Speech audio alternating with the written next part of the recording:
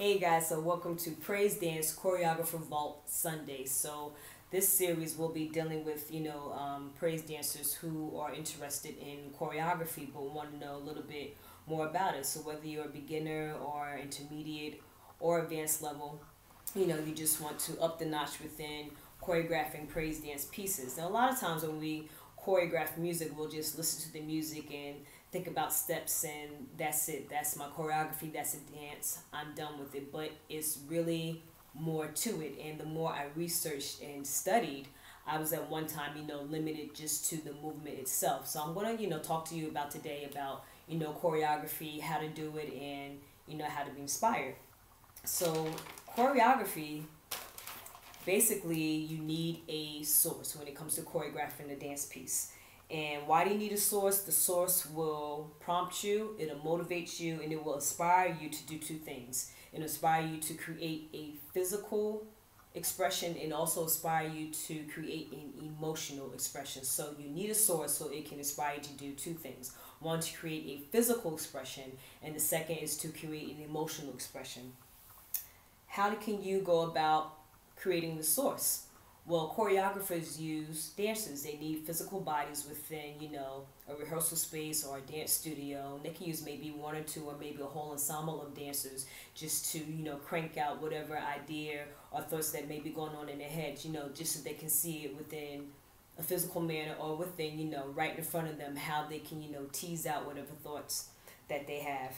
Types of sources are 1, images, 2, pictures, 3, poetry, 4, a story, 5, movies, 6, books, 7, music, and 8, paintings. And I find these very interesting because I never really thought about a source that would inspire me, to create a dance. I remember when I was in grad school and I was studying dance movement therapy, we had a teacher who laid out a bunch of pictures. And then she had, a writing board where we had these pens, and we would write down what we thought. So with the pictures, we looked at the pictures, and then we had to go and we had to create a dance movement. Then we went back after we created the dance, and we had to write down, what that meant to us. And I'll never forget, I believe I chose a piece with the old woman sitting in a rocking chair.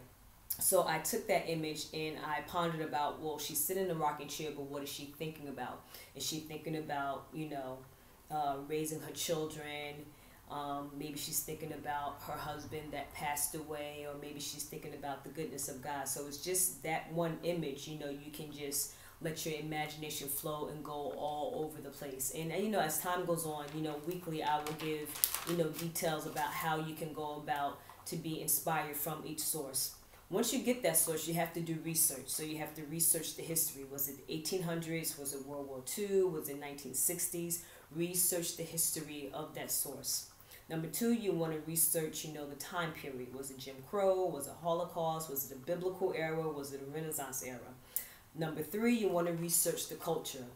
And I'll give you the definition of a culture because the word is thrown around so loosely. A lot of people really don't know what culture means. So when it comes to researching the culture, what you want to do is examine the characteristics and knowledge of a particular group of people, defined by their language, religion, social habits, music, and art. So that's what it means when it says to research that culture. You're going to, observe and look at, how a group of people, their religions, their social habits, their language, the taste in music, as well as art.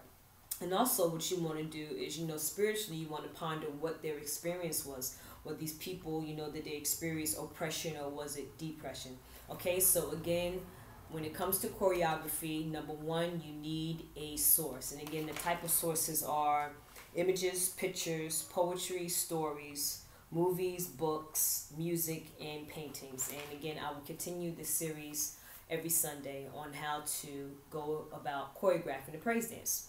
Subscribe to this channel. Please comment, opinions, thoughts in the box. And I look forward to seeing you guys next Sunday. Okay, be blessed. Take care. Bye-bye.